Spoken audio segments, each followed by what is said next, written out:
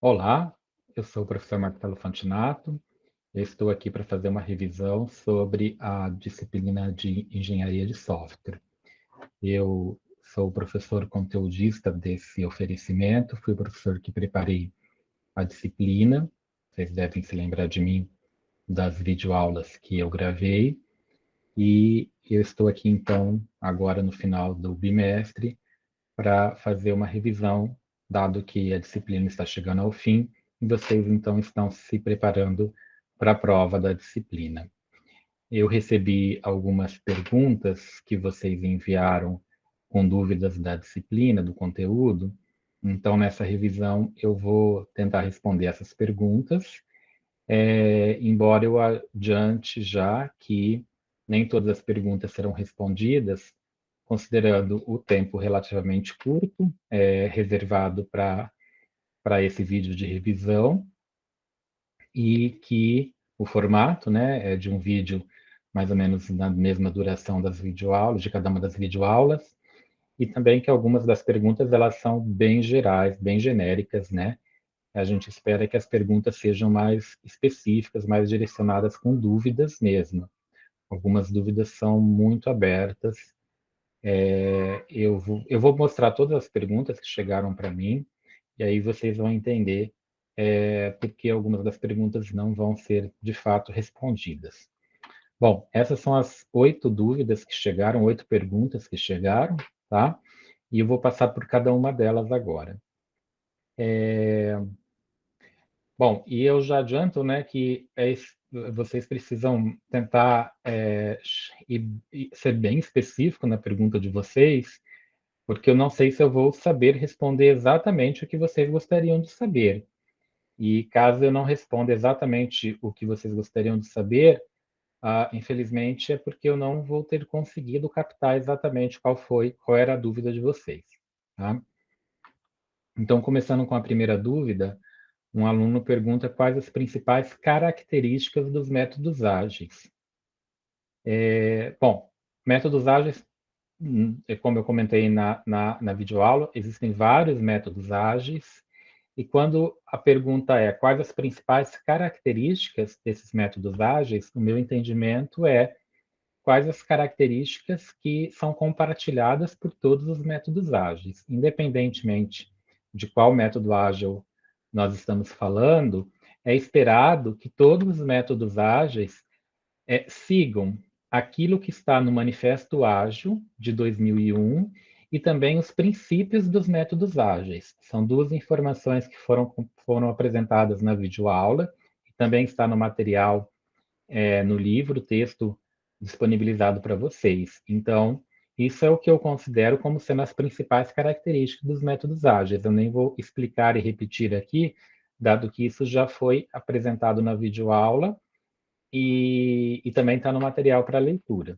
certo? Então, não sei, isso é um exemplo, eu não sei se é essa a dúvida que o aluno queria que fosse respondida, mas é a única coisa que eu consegui interpretar pela pergunta. A segunda dúvida é se poderia explicar melhor o que é e como realizar o teste de regressão. Talvez essa pergunta tenha aparecido em função de uma das primeiras vezes que eu mencionei o teste de regressão, e em uma das últimas aulas, já na última semana, eu mencionei novamente o teste de regressão de uma forma um pouco mais detalhada. E talvez a dúvida nem exista mais. De qualquer forma, eu vou repetir aqui, porque talvez não, talvez mesmo com a última semana, ainda assim a dúvida tenha persistido. Mas o teste de regressão, ele não é um tipo específico de teste, não é uma fase específica, um nível específico, uma técnica específica, não é nada disso. O teste de regressão ele é apenas um conjunto de testes que é feito para você usá-lo sempre que uma nova versão do software for disponibilizada. E essa sempre uma nova versão do software for disponibilizada, e você quiser garantir que o que já funcionava continua funcionando, então você faz o teste de regressão. Então, por exemplo, você está implementando novas funcionalidades ou você está alterando funcionalidades que já existiam, o que não foi alterado deve continuar funcionando tal e qual era antes, certo? Não é porque você implementou uma funcionalidade nova ou porque você alterou uma determinada funcionalidade e o resto deveria parar de funcionar ou passar a funcionar de uma forma diferente. Então, você, antes de testar a nova funcionalidade ou a funcionalidade alterada, você testa o que não deveria ter mudado em absolutamente nada. E esse teste do que não deveria ter mudado em absolutamente nada é chamado de teste de regressão. Por que esse nome? Porque você quer saber se o teste aliás, se o software ele não regrediu, né? Por quê? Seja lá qual alteração que você fez, você quer que o software progrida. O problema é que às vezes, em vez dele progredir, ele regride, né? Então você quer, primeiro, ele não regrediu? Não. Agora eu vou saber, eu quero testar para saber se ele progrediu. Então é daí que vem esse nome teste de regressão. Então, na verdade, muitas. E aí, depois que você fez o teste de regressão, fez os novos testes podem passar a ser parte também do teste de regressão para quando uma nova alteração for feita. Então, o teste de regressão, na verdade, ele vai sempre sendo incorporado de novos testes. E a ideia, o ideal é que esses testes sejam automatizados. Por isso que eu acabei mencionando mais o teste de regressão na última semana, que é a semana em que eu falo dos testes automatizados.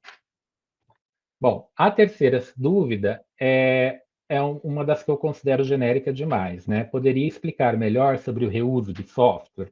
Infelizmente, eu não consigo fazer isso aqui, porque houve uma semana inteira, semana 4, em que o tema foi reuso de software. Foram 3 videoaulas falando de reuso de software, em que cada aula eu falo por volta de 15 minutos.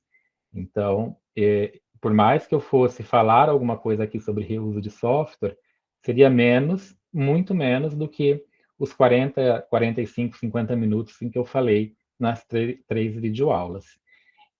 Então, não sei qual é a dúvida, não sei por que há dúvidas sobre reuso de software, mas eu não consigo aqui explicar melhor sobre reuso de software, né? Na verdade, se as videoaulas elas não foram suficientes, é esperado que o aluno leia o material, né? É pouco provável que com as videoaulas mais o material disponibilizado para leitura, o aluno fique com dúvidas do tipo, não entendi nada, pode explicar de novo? O natural é que haja dúvidas específicas, como essas duas que foram apresentadas anteriormente e algumas que ainda vão aparecer. Por exemplo, essa. Quarta dúvida.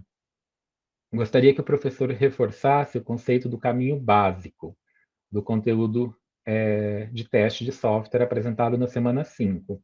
Não compreendi como identificar que uma sequência de nós é um caminho básico ou quando ele é meramente uma combinação de caminhos já descobertos. Tá vendo? Essa é uma dúvida bem específica. Dentro da videoaula inteira, o aluno ficou com essa dúvida específica, né? Ainda, eu me pergunto se o aluno tentou ler lá no livro, né? Porque a videoaula ela é muito rápida, mas no livro talvez ele tivesse lido, a dúvida talvez tivesse sido esclarecida. Mas talvez ele tentou ler no livro e ainda assim ficou com a dúvida. Então vamos lá, vamos responder. Então veja só, esse aqui é o exemplo que está lá na própria videoaula, e nós temos aqui um exemplo de um grafo de fluxo, né, do software, e é dito que existem 4 caminhos básicos nesse grafo. Bom, primeiro que é possível de antemão saber quantos caminhos básicos existem para um determinado fluxo. Para isso, é calculada a métrica de complexidade desse grafo, que é dado pela fórmula aqui, olha. O número de ramos que no caso aqui são 11, né? Olha, 1, 2, 3, 4, 5, 6, 7, 8, 9. Na verdade, 2 e 3, 4 e 5 está sendo... Desculpa. O E é o número de ramos. Eu estava contando o número de nós. Aí sim, é 9. 1, 2, 3, 4, 5, 6, 7, 8, 9. Então, aqui, o N é o número de nós, 9. O E é o número de ramos. Aqui eu tenho 1, 2, 3, 4, 5, 6, 7, 8, 9. Esse aqui voltando 10 e esse aqui voltando 11, tá? Cuidado que isso aqui, isso aqui não são ramos. Então, são 11 ramos. Então, 11 menos 9 mais 2 dá 4. Então, eu sei que nesse grafo aqui, eu tenho que ter 4 caminhos básicos. O que são os caminhos básicos? O caminho básico, esse um está errado aqui. Cada caminho básico tem pelo menos um ramo que não está em um dos outros caminhos básicos. Então, quando eu olho esses 4 caminhos básicos aqui, eu sei que eu sempre vou ter pelo menos um ramo, né? Um pedacinho aqui, olha, isso aqui é um ramo, isso aqui é outro ramo, que não está nos outros. Então, como eu identifico quais são os 4? Eu sei que eu tenho que ter 4. Então, como eu vou identificar quais são os 4? Eu começo sempre aqui do início, né? Tendo que chegar no fim. Eu começo primeiro, sempre pelo mais curto. Então, primeiro, olha, passo aqui do 1 e eu já consigo chegar no 11 diretamente, que é justamente o que aparece aqui, 1 ao 11. Então, eu passei por esse ramo aqui, certo? Agora, eu tenho um outro caminho básico, que é, eu tenho que adicionar pelo menos mais um ramo para ser um caminho básico. Outro caminho básico, tá? Então, daqui do 1, eu não posso ir direto para o 11 de novo, porque daí eu não adicionei nenhum outro ramo. Então, eu vou ter que vir para cá. Pronto, eu já adicionei um outro ramo, né? Então, olha, eu vim do 1 para o 2, 3. Ok. Agora, o que eu vou fazer? Eu vou tentar ir novamente pelo caminho mais curto, que veio justamente para cá. Olha, 4, 5, 10, volto para o 1, 4, 5, 10, volto para o 1 e termino no 11. E vim para cá. Então, eu adicionei mais um caminho. Só precisava adicionar mais um ramo, mas eu adicionei vários outros ramos, certo? Agora, eu preciso de mais 2 caminhos. Então, eu venho para cá, 1, 2, 3, tá aqui, 1, 2, 3. Agora, eu não posso vir para cá, porque eu não vou adicionar mais. Se eu vier para cá, olha, eu não tenho como adicionar mais nenhum outro ramo. Então, claro que eu vou vir para cá. Então, eu venho para o 6. Aí, tanto faz eu ir para o 7 ou para o 8, vai dar o mesmo tamanho. E vocês já devem ter entendido que eu vou para o 7, 9, 10. E outra vez eu vou para o 6, 8, 9 e 10, que são esses 2 caminhos aqui, tá? Então, essa é a ideia de saber de quais são os caminhos básicos. Espero que com essa explicação tenha ficado mais claro como formar os caminhos básicos. E, inclusive, a informação de quantos caminhos básicos existem no grafo, coisa que isso realmente eu não tinha colocado na videoaula, embora esteja escrito lá no livro. Dúvida. Na semana 5, dúvida 5. Na semana 5, no quiz da videoaula, na pergunta qual alternativa a seguir contém um exemplo de técnica de... sim. Na pergunta. A pergunta é: qual alternativa a seguir contém um exemplo de técnica estrutural apresentado nessa videoaula? Está, acho que ele quis dizer, está correto ou é técnica de teste funcional? Sim, está errado. Né? Essa dúvida já chegou para mim via a equipe de design instrucional e eu já pedi para corrigir. Devia ser teste funcional na pergunta do quiz. Então, o certo é qual alternativa a seguir contém um exemplo de técnica de teste funcional apresentado nessa videoaula, porque a videoaula é sobre teste funcional.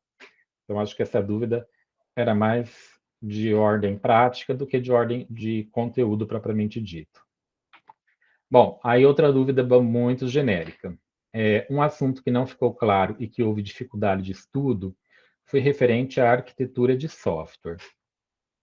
Também tivemos uma semana em que o tópico foi arquitetura e projeto de software, várias videoaulas falando sobre arquitetura e projeto de software.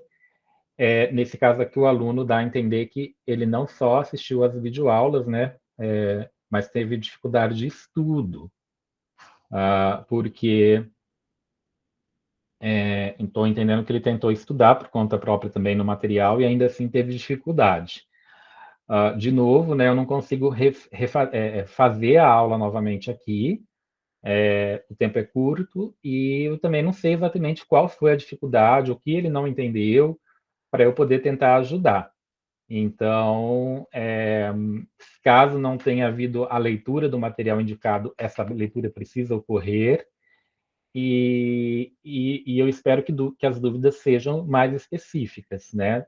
Dúvida geral dessa forma, é estranho que ela ocorra, uma dúvida muito geral, né? Do tipo, uma possível interpretação não entendi nada. Espero que não seja esse tipo de dúvida. Ainda assim, eu acredito que ainda vai ter as lives de revisão dos facilitadores. Esses facilitadores talvez podem tratar o assunto arquitetura de software. Dúvida 7. Como é feito os testes de aplicativos? Poderia dar um exemplo prático? Essa dúvida não é tão genérica, mas também não é específica, né? Eu fiquei pensando, refletindo um pouco sobre o que será que esse aluno quis perguntar com essa pergunta. E aí, bom, algumas coisas que eu posso comentar aqui, mas eu não sei exatamente a linha que eu preciso ir para atender a dúvida desse aluno.